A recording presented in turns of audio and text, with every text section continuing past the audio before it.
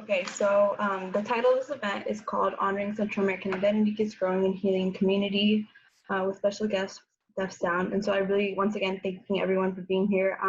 Whether you identify Central American or not, I think it's an important conversation to have, just because it's important to know how we can be allies to different communities, and just building solidarity across communities is really important, especially during this time where it's hard to feel connected once again, but also we know that there's folks across the world, not even just in the US, needing that solidarity and that community building.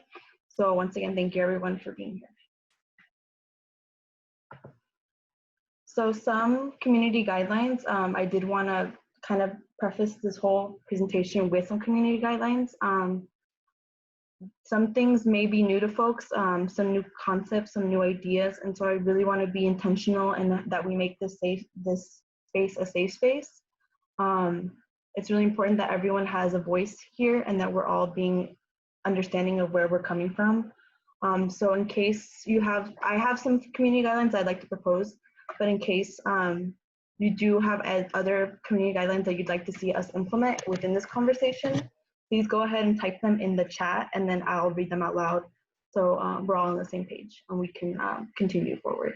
But some community guidelines, I would say, are using I statements when we're talking about our experiences, because no one person speaks for everyone's experiences. Take space and make space. So understand that there's folks who are more marginalized here with us, so understanding that yes, it's important to take space for ourselves, but also understand when to step down and give the mic to someone else, Another community guideline is what's learned here leaves here, and what's said here stays here. So in the sense that the lessons that we receive from this presentation, this discussion, it's good that we take that away, these ideas and these lessons, but also protecting people's privacy and just not outing anyone, just being mindful and respectful of the people who are here sharing space with us. But yeah, we can always revisit these and talk about these as we go into the discussion portion. This is just a presentation portion, and just so we're all on the same page, and we're all respecting each other and our boundaries and whatnot.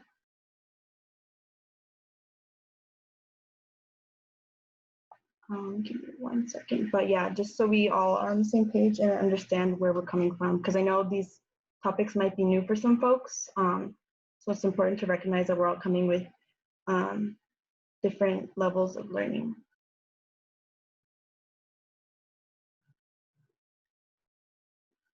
So one of the things that I'd like us to consider for folks who do identify as Central American is, what does being Central American mean to you? And how can we work towards uplifting the most marginalized within our own community? And this is something that you may not be able to answer right now, but hopefully as we go, and hopefully by the end of the presentation, the whole event as a whole, you'd be able to take something away from this that can help you answer these questions and implement them, The next question I want to pose to y'all is, how can allies advocate for the Central American community while being cognizant of underlying power dynamics? And so we'll also, it's still stuck on the next slide, apparently. Okay, hold on. Let's see. Okay, I'll just go through it like this, apparently, because this is not working, I don't think. Yeah, okay, we'll just go through it like this, if y'all don't mind. So the first question I have to pose for you all is, what does being Central American mean to you, and how can we work towards uplifting the most marginalized within our own community? Because we do have different identities, we do have different experiences and backgrounds, so it's important that we think about this holistically and how we can work together towards being more unified in that sense. The next question I have also that we want to think about is, how can allies advocate for the Central American community while being cognizant of underlying power dynamics? Because there are power dynamics at play here institutionally and on an interpersonal level. And so that's something that we want to think about while we're going through this as well. But these are questions that you would want to think about throughout this event and how we continue forward after this event. So if y'all didn't know, this is Central America. There's Guatemala, Belize, El Salvador, Honduras, Nicaragua, Costa Rica, Panama. And so those are the countries that make up Central America, and they're in between Mexico and South America, just so you can get a geographical perspective from it. But yeah, so we're gonna continue onto that. Next slide. So what I want us all to consider is that there's a long history of activism within the Central American community, not just now, but it's been ongoing since decades and decades, and like it's gone down through generations. Activism that's fighting these oppressive structures of colonialism, neocolonialism, imperialism, capitalism, basically all the isms that you can think of. But we just have to consider that there's a long line of history that comes with the identity of being Central American, and how that affects us now, being here, being part of the diaspora. If you are part of the diaspora, being in the United States, what does that mean? What is the positionality between that history as well as our own history being here in the United States, especially now with the pandemic and what's happening with COVID-19. And so I just kind of briefly want to touch upon just some of these activist movements that have been going on. And there's a lot, there honestly is a lot to go through, but I'm just going to try to briefly just touch upon some, just so we can get a historical context of what's happening and how that's being played out today now, given isolation, quarantine, COVID-19, and all the stuff that's happening around us. And so one of the movements that I wanted to highlight is in El Salvador, particularly. We know that President Bukele is in office right now, and his agenda is very militaristic, fascist, and we saw in February of this past year, this year actually in February, that he used the military to intimidate Parliament to sign a bill that he wanted to put into place, which is very security-based, very militaristic. And so we saw that action of using military to influence people to do basically what he wanted is very, very fascist. And there's been a lot of discourse that it reminds people of the Civil War, which if y'all didn't know, the Civil War in El Salvador was during the 80s, and it was very, very brutal, and we can still feel the effects of it today. And so that's like one thing that people have been really fighting against, is like the militarism of El Salvador right now, especially now with COVID-19. What's been happening is that in these countries, in this country particularly, we've seen that there's been a heavy increase for military and policing. Right now, like if you're like walking like on the street or whatever, like there's been an increased police presence and military presence within the state, like just being on the street and stuff. And they can arrest you for no reason. Like they don't have to give you a reason as to why like they're arresting you. And so we see this breach of just like human rights violations, just this use of heavy military, which isn't safe for anyone, but specifically not safe for like the most marginalized people, which are like indigenous folks, Black folks, trans folks within El Salvador. Another thing that we've also seen is in Nicaragua, we've seen in 2018, we saw protests with leaders that were student leaders. We also saw elders also there, but also protesting Social Security cuts that increase taxes and decrease benefits. And so we've seen the state respond very using military as well, just using military force. And in that case, approximately 30 people were killed because of intense policing and brutality that was issued by the state. So we've seen a lot of activism that's going against these oppressive structures of militarism, of state using police to utilize self-control, social control on folks. And so another thing that we've also seen is in Belize, like the history of labor workers organizing and like working together to basically combat these colonial structures that specifically oppress low-income folks. And so we've seen that as well. In Honduras, we've seen the repressive regime in 2009 which was backed by the US. The US has a long history of intervention, which we'll get into later.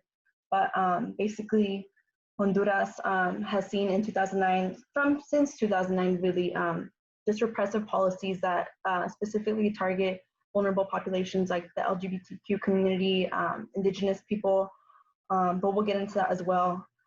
In Guatemala, we've also seen a displacement of indigenous folks, Mayan folks who have been displaced from their lands, and we've seen too with the increase of Central American migration to the United States, we see it's oftentimes indigenous Central Americans who are specifically from Guatemala who are being harmed by state violence, not just inflicted by the state itself of Guatemala, but also by the US and other actors. And so we'll also get into that as well.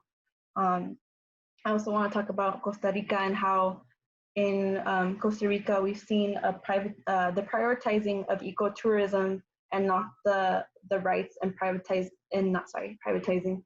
We've also seen the prioritizing of ecotourism, but not the prioritizing of indigenous rights. We've seen the state prioritize having US tourism to Costa Rica, but not prioritizing indigenous people who are suffering at the hands of colonization. We've seen there was an incident where Yeri Rivera, who was an indigenous individual who was attacked by non-indigenous people while the cops stood by, they didn't do anything. So we see that what the state prioritizes, and it's not indigenous folks, which it should be. We also see in Panama, another example too, is the Darien Gap, which is the gap between Colombia and Panama. So it's a large forest, natural green area where a lot of indigenous folks live, and we see that there's people who are corporations and other entities that are trying to deforest those areas for palm oil and other things, which is putting not only the environment at harm, but also putting in indigenous folks their lives at risk. And so the state also hasn't really done anything regarding that. So it's just, what are we we have to think about it in a very broad, we have to think about it very critically, in the sense that the state often doesn't speak for us. We have to rise up and stand up against the state and its repressive ideologies of neoliberalism, capitalism, state violence using police. We see that the state oftentimes is inflicting violence, and so people indigenous folks, Black folks, LGBTQ folks, low-income folks, disabled folks, they are the most harmed by these policies, but they're often the ones who are at the forefront of these movements, speaking on these issues. So yeah, it's just something to consider, but we'll also get more into that as we go. So the next slide that I really want to talk about is environmental struggles in Central America. If y'all didn't know, Earth Day just happened a few days ago, not too long ago, and we have to consider environmentalism. It's very important. It's important. It means it's very important to everyone, but we have to recognize that we can't talk about environmentalism without talking about how it impacts rural areas, indigenous folks, Black folks. We have to really think about this critically. And so one of the examples that I wanted to highlight was on the left, you'll see Berta Caceres, who was, unfortunately, rest in peace, was a Honduran indigenous leader, but also an environmentalist and activist. And so, unfortunately, she was assassinated in her home after speaking out about a dam that would cause a lot of ecological damage, but also damage to indigenous lands as well. And so we recognize that when people it takes a lot to step up and talk about these issues, because it's oftentimes folks putting their lives and bodies on the line. And so in the case of Berta, she spoke out about the US specifically Hillary Clinton backing the coup that happened in 2009. And how US intervention is really harmful for the country, not just for Honduras, but many other countries that the US has intervened in strategically through the CIA and FBI and whatnot. But yeah, people say, people who work closely with Bertas, they say that the US US like trained soldiers were sent to kill her. And so it's oftentimes we have to understand the complexities of this, because it's not just in like within these individual like countries what's happening, but also their relationship like with the US too, because the US also has a lot of at stake, I guess, if you want to say, within these struggles as well. So then on the right, you'll see a few elders. These are water defenders from El Salvador, specifically from Tacuba. And so these folks were basically, so there's an issue in El Salvador with this ongoing struggle of privatization of water. It's been an ongoing struggle back and forth between like citizens and the government, especially now, especially since like COVID-19 is happening. Access to clean everything really is really important during this time. And so these water defenders, basically through generations of their family and generations of their family, like ongoing generations, they've created a water system to have access to clean water. And they were criminalized for doing so, specifically by the mayor of Tacuba.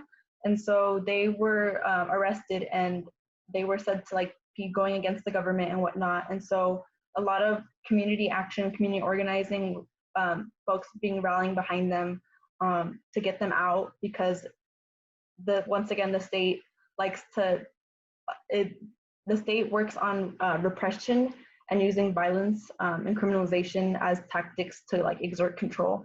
And so we see that like it's an ongoing thing that's been happening, not just in Honduras and El Salvador, but we see it in other countries as well within Central America. And so the next slide brings us to U.S. interventions and generational trauma. So for folks who don't know, the U.S. has intervened in many countries, not just in Latin America and not just in Central America, but in South America as well as in the Middle East and other parts of the country, the world, I mean. And so some specific cases that we've seen is in El Salvador within the 80s, Honduras in 2009, Nicaragua, Panama, and Guatemala. And so these are just a few of the interventions that the U.S. has created and cultivated to benefit itself and maintain power. And so we have to really think about how like complex this gets, because it is, while these interventions did happen like not very recently, but like not, while some of them didn't happen as recently, but we see like them happening in the 1900s and stuff. We have to recognize that these interventions do have effects not only on the folks who experience them, but also on generations to come, because that trauma is carried on. Not to say that like our parents' experiences are our own experiences, because I don't want to romanticize that and give folks the wrong impression, but we do have to recognize that the U.S. destabilizing these countries and lending forces to like right-wing governments, it really shows a lot about how the U.S. perceives Central America and how it sees it as like a ploy to like the serve its own benefits. And so we really have to consider that critically, especially given now what's happening and what has happened in the past. And so that brings us to complex identities within the Central American diaspora. And so I want us to recognize that being Central American is not a homogeneous, nor is it a monolithic experience. We can't say, oh, like that's, like Central America is like one, like being part of Central America is like one certain experience. It's not. Oftentimes it's mestizas from the more recognized Central American countries, such as El Salvador and Guatemala, taking up space in these discussions. So we have to really critically analyze who gets to be a part of the Central American discourse and whose voices are being heard and whose aren't. And so Afro-Central Americans, Indigenous Central Americans, LGBTQ Central Americans, undocumented Central Americans, among other groups, are at the forefront of our social justice movements, yet they are not at the forefront of our conversations on Central America. So we have to really critically analyze why is it that those folks are not at the forefront of our discourses on Central America? Why do we only hear certain voices within the diaspora? And so we have to recognize the nuanced intersections of our identities and how, even though we are all part of this, for folks who do identify Central American, even though we are all part of the diaspora in one way or another, we have to recognize that we can inflict harm within that community, and we have to be cognizant of that so we don't continue perpetuating that behavior. And so here are some tweets just to get us thinking a little bit more. On the left, it says, okay, I obviously understand and am well aware of Central American erasure in the greater Latinx context, but I'm sorry, after a while, the whole they assume a Mexican narrative gets by Central American mestizos gets redundant. Like, how many times are we going to hear the same story? What is mestiza Central American culture? What ties us mestiza Central Americans other than Central American erasure, anti-Blackness, anti-indigeneity, and cultural appropriation? And on the right, the tweet says, Guatemalan and Salvadorian mestizas take up space in Central American studies and discourse. It shouldn't be controversial to admit this. Mestizas aren't a specific skin tone. This isn't the only factor that determines mestizaje. The statement is that these groups are the main focus of Central American courses and discussions, with little to no talk about other Central American countries. And mestizas also speak over Indigenous and Black and Asian Central Americans, and don't even discuss the ways in which they contribute to the erasure of these communities. So once again, just thinking about how we are individually and collectively working together to uplift marginalized voices within the Central American diaspora. And so then I don't think we can talk about Central American identity without also an activism and history without also talking about Mexican hegemony. And so I want to talk about how the whole concept of Mexican hegemony and Latinidad and how that plays into these power dynamics that I had mentioned earlier within the presentation.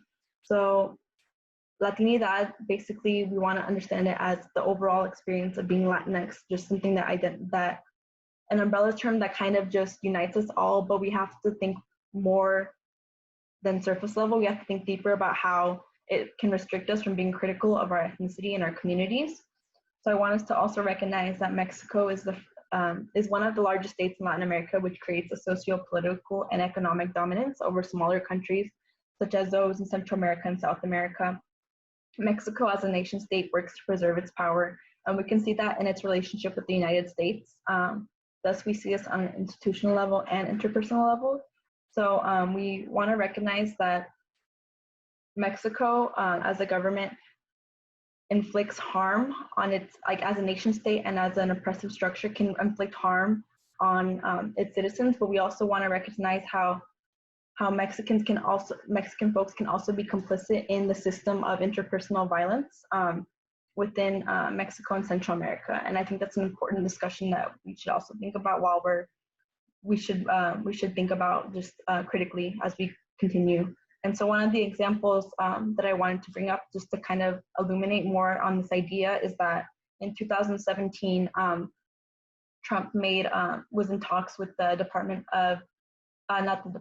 the Secretary of Foreign Affairs within Mexico in 2017, basically talking about using Mexico as a barrier, as a buffer really, to stop Central Americans from coming to the United States. And they would use remittances, which is the money that folks send back to their home countries, as a way to control those relationships. And Mexico, that official from Mexico said that they would do what they could to save their remittances, and if that meant curbing Central American migration, then that they would do that. And so that's one thing to consider, and as an institutional level, how we see Mexican hegemony playing out. Another example that I also want us to think about is DACA and TPS. So for folks who don't know what TPS is, it stands for Temporary Protected Status, which is granted to a few Central American countries, not all Central American countries. It's El Salvador, Nicaragua, and Honduras. And so I want us to think about how, like, I don't know if you all have seen this, but when DACA was first rolled back by Trump, we saw like a lot of people coming out and protesting, and obviously in full like disgust and full like protest mode, like out in the streets. And we saw a lot of like support from folks across the United States, supporting getting DACA renewed and saving DACA for folks who do have DACA. But we want to take that and compare it to TPS. So when Trump decided to end TPS, we didn't see as much support for getting TPS to be reinstated. There were protests. There were protests like across the nation, but they weren't in the same magnitude as DACA. And so we want to question, why is that? Why didn't TPS get the same amount of support and backing by people in the United States as DACA did? And so it speaks to a larger discourse about the dominance that like Mexico has, being such a large country in Latin America, and how we see it at an institutional level, but we also can see it at an interpersonal level, especially with folks who, the people who were in the caravan, the Central American caravan, which we'll talk about more, but how they were attacked and treated in places like Tijuana, trying to get to the United States. So we see it institutionally and systematically, but people can also be a part of it and perpetuating it in interpersonal relationships in their personal life as well. And so then we get to our next slide, which kind of talks about the Central American caravan. For folks who don't know, a few years back, there was a caravan that originated in Honduras, and there was Salvadorians, folks from Honduras, folks from Nicaragua, just a lot of different groups who came together to just migrate really from their countries to the United States. By doing so, they would have to go through Mexico. And so we recognize that a lot of these people who are leaving their home country, no one wants to leave their home country just for the sake of leaving their home country and packing up their lives and moving somewhere else. We recognize that there's a lot of factors leading into this, such as state violence, repression, persecution, but also, once again, the whole US intervention within these countries also having those effects and feeling them to this day.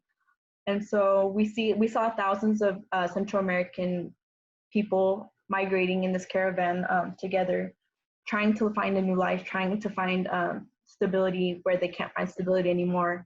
But we also want to recognize that within the caravan, there was also LGBTQ folks who are also trying to escape persecution and violence from their home countries by joining the caravan. And at a certain point, it became too much. Like they were worried for their lives. They faced violence along the way, as you can imagine. So they created their own caravan that was like predominantly trans folks, but also there was also some other queer folks who were there as well. But we have to recognize that just as the United States treats Mexican immigrants poorly, Mexico did the same thing to Central American folks who were coming from the caravan. But even within the caravan, we saw a lot of transphobia that was like very, very traumatizing, especially on this journey, this very long journey to get to the United States. So much so that they had to form their own caravan within the larger caravan just to protect themselves. And so we have to recognize that, once again, being Central American isn't one whole experience. We have to recognize that within Central America, the diaspora and whatnot, there is transphobia, there is homophobia, there is misogyny, anti-Blackness, and also anti-indigeneity. So we have to continually question these systems and not take them for surface level as they are. And so a quote from one of the refugees from the caravan, we saw they had a quote saying, "Where I come from, physical, psychological, and verbal abuse is a norm for Indigenous trans women like me." And this was taken in 2017 when they arrived at the border trying to get across to the border to get into the United States. And so I kind of want to, I really saw this quote and I really resonated with it, and I want to share it with you all. The quote says, "The history of colonialism, particularly the history of family trauma that comes from it, and occupied places and places where armies have fought battles on top of Indigenous people, and the places that have invaded and taken over, and places that have had to divide into collaborators and insurgents, that gets into us. It gets into our hearts, it gets into our family lines, it gets into our blood."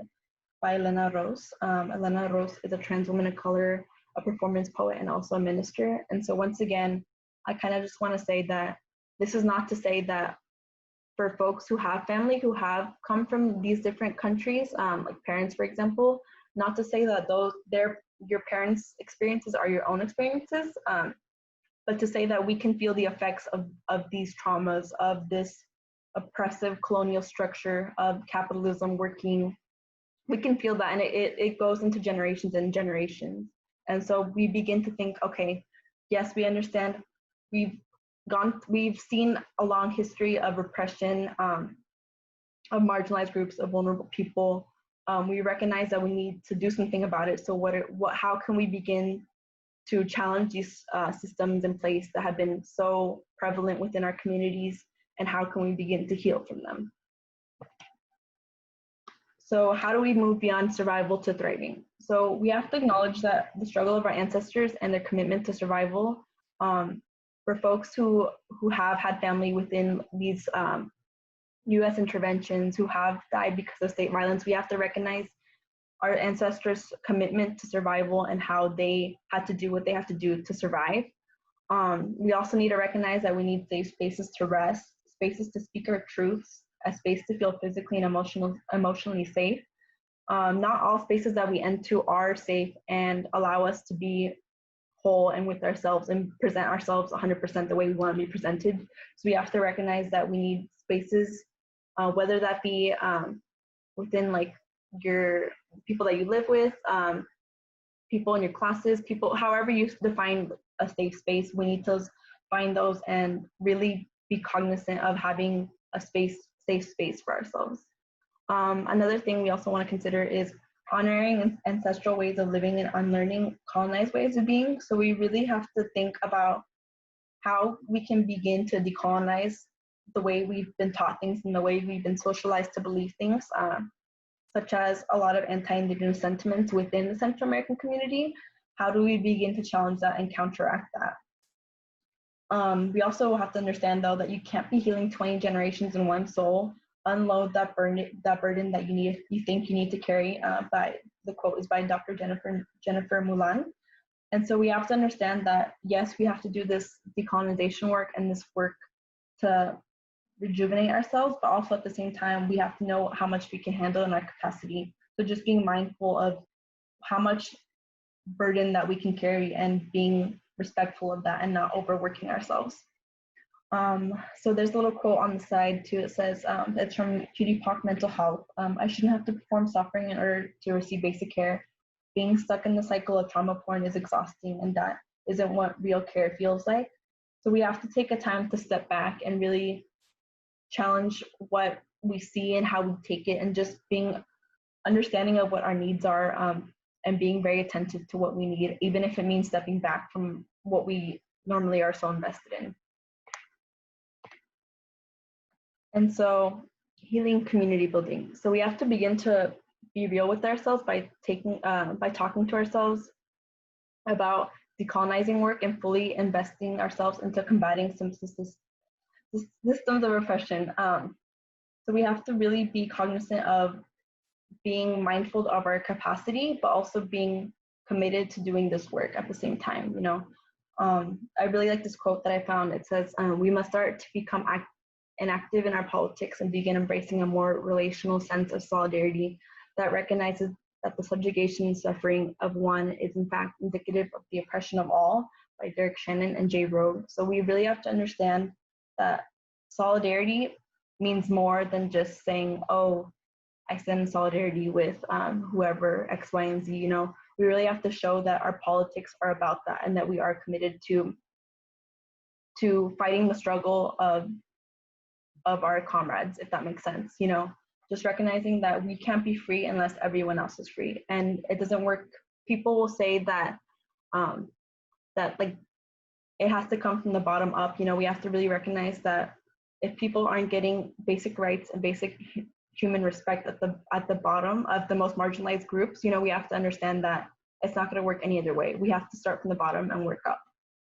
And so how can we begin to practice healing and efforts of community building? And some thoughts that I was thinking of, and we can talk about this further later within the program, but mutual aid and centering community care, especially now during COVID-19, checking in, especially with our families that aren't in the United States, just making sure that we can support whenever we can, if we're able to. I know it's not always financially, we're not always financially able to help, but there's different ways that we can act within the community care, mutual aid. And so given that, I know it's a lot of information that I threw at everyone, but I really hope that we can begin to really think about these systems that we've been like socialized to believe in, and how we can take back our power and build community while also centering the healing and self-care. So with that, I'm gonna close this.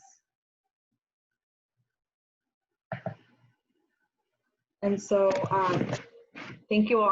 We're not done yet, but I just want to thank everyone for being here for the program. We really, really appreciate everyone for being here. And we're gonna start, we're gonna do like a little Q&A with Def, and then he's gonna perform his spoken word piece. And then we're gonna open it up just to have a larger conversation. It's still recording, so I will let you all know when you can turn your videos back on. But yes, so I have a few questions for you. Yeah. I have a cool question for you, Shelsea. Yes. Is it cool if I start with the poem? Yeah, it's totally cool. Go yeah, ahead. I feel like let's get into it. Yeah, for sure. Definitely. This is a poem called Here. This is a poem called Here. The name of this poem is Haiti. The name of this poem is Palestine. The name of this poem is America. The name is Flint, Michigan. The name is China. The name is South Central. The name is Italy. The name is Johannesburg. The name is Panama. The name is Belize. The name is El Salvador. The name is Here. Here is a strategy. Here we can't run away from we. Here needs a new imagination. There's nothing performative about here. Here has no guest list or RSVP. We are here whether we want to be or not. Since I am here, I've been reminded that freedom is health now. Freedom is breathing now. Freedom is not hating your roommate, the simple shit, like a good meal. Here is the re-examining, the doing of the deep work of the unavoidable. Here is an everyday choreography of the possible, dwelling in the wounds, the deconstruction of fiction of the stable. Here is the messy entanglements of empathy and apathy, an assemblage of fragmented people. Here, we water dancers of the mundane, we wake up, scribble scripture, scroll a bit, then like a picture, sip a tincture, make a smoothie, watch a movie, live a movie, and then I let the stillness move me. We are living life through cell phones, accepting cookies before ourselves, though we laugh at memes. But fear is stuck to us like Velcro. The world is so different. The veil has been lifted. This show is unscripted, but the cameras are still rolling now. Whose hands are you holding now? Restless in the wreckage, we unravel. Doing, can see what your hairline really look like, what your mouth really do in silence. The whole range of personage here is a current event. Here, theory takes place at home. This is what we are at play with, reimagining new playgrounds. Here, we must move, and we must move the people while staying put. The revolution will be collaborative. Here, the urgency in which one must express oneself, an urge that one must remain artist even without audience. The threat we face is invisible.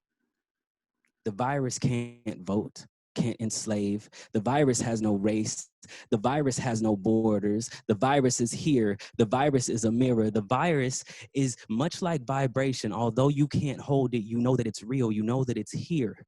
So when yourself threatens to smother you, you will open your mouth, not to yell or to scream, but to find your way to song, some way of breaking, some way to sonic tumult, upheaval, some form of magic, some form of music worth more than the streams that you don't get paid for. We have to imagine what we are if we are not producing products. If given a break, here we break. We find sanctuary in new forms of family, kinships, used as resistance. Here is a form of improvised connectedness, new framework in a place of isolation, solidarity as a weapon, a support immune system, if you will. And if you won't, that's fine. This work here is necessary as much as it is invisible. A chorus, a swarm, ensemble, mutual aid society, louder than the endless record of struggle on repeat, ready to be resampled and resampled over and over again, meant to be passed on like generational mixtape. Here is the soundtrack to a history that hurts. We are interpolated, intertwined. Here we chorus. The chorus is a blueprint. The chorus increases. When we move here, we are in concert. We are in chorus. We propel transformation. We sit still. The best musicians listen more than they play. Here, the Black noise finding a listening in one another. Today is what I have. Here is where I am. Today is where I am. And here is what I have. From here, me and my mother hug from 10 feet away. Sighs filled with working from home. Me and my mother hug from 10 feet away. Eyes look like levees. Hearts weigh glaciers. Hunger for touch. Me and my mother hug from 10 feet away. Letting a smile peek through the uncertainty. Me and my mother hug from 10 feet away. Mouths miming I miss yous through face masks like words when you don't poem enough. Longing for a time not so long ago. Me and my mother hug from 10 feet away like last week. Thank you. Thank you so much. That was amazing. We're gonna get into some Q&A. I'm gonna ask you some questions. Is that cool? That's perfect. And then we're gonna go into, and then I'm gonna stop recording, and then everyone who would like to turn on their videos, and we can just have an open discussion, just talking, just having a dialogue with everyone, if that's cool. Yeah, I am open to an open dialogue. Cool. Okay, so my first question for you is, how does being Afro-Central American influence your work? Well, I think that there seems to be, for some reason, I feel like there's always this like monolithic idea of what that means and what that is. My parents are from Belize. My mom is from Belize. My dad is from Panama. And so my dad's first name is Carlos. And growing up, like, people would always ask me, like, oh, do you speak Spanish? And my dad's first language is Spanish. And I'm like, poquito, like very little. Yeah. But I think the things that we are kind of failing to see is that our history is shared. We're all here because of slave ships. Like, and that started in Central America. Yeah. And that's where I think everyone tried to create a difference as well. Like a difference between, I don't want any slave blood. It's like, if you really took the rule of what America sees as, if you have 1%, of Black blood, you are Black, right? So if you looked at that just at Mexico, then every person in Mexico is Black. But why did we have to create a difference? We had to create a difference because there needed to be a construction of identities so that there could be a division in treatment. And so we have to understand that race is a construction, and that construction serves white men. and Yeah. when we start to see that that's what we're all at war with, then I think that we don't see our histories as these separate events like Black History Month. You mean the history of American wealth. Mm-hmm. That's what you mean. Yeah. And so I think that what is it like the question is that I look like a Black man, and when the police show up, I am a Black man. My parents are from Panama and Belize, respectively. Yeah. Yeah. Thank you. My next question is, what is the importance of ancestral knowledge in our activism, but also in our personal lives? I think we're learning that every day. I think I think being able to, like, I'm an African American studies major, and so I study the history of pillaging and capitalism and violence, really the Mhm. history of violence, which is American history. And I think that it's valuable to understand we have to lean into studying rebellions just as much as we lean into our how much we're oppressed. Because Mhm. every time they make a law, what they're actually trying to prevent a victory that has happened. And I think that's really important to understand, is that our ancestors won a lot of wars, and a lot of wars that aren't even measurable by, because I think freedom, I even feel like, and I'm struggling with this, but we have to look at freedom as, freedom is not a binary. Like, we can't measure freedom just on victories and wars, Mhm. because that's not our history. That's not how long people were already existing before colonization. Like, there's a lot there, and I feel like, in order to be able to look and create a new future, we have to actually look to the past and Yeah. understand that there's victories there.